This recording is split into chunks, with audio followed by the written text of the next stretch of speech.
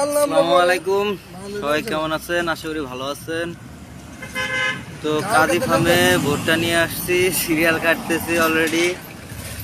অনেক গরমের মাঝে দেখে আছেন আমরা কোথায় বসে আছি, গাড়িতে বসা যাচ্ছে না, একদম সেই লেভেলের গরম। এখন দেখা যাক, আজকে আনলোড হওয়ার সম্ভাবনা আছে। তো দেখি কখন আনলোড হয়, আনলোড হওয়ার পরে একটা আপডেট ভিডিও দিব অবশ্যই। আর আমার আইডিটা সাম ইস্যু এসে আসছে, তো এই প্রবলেমটা সরতেছে না।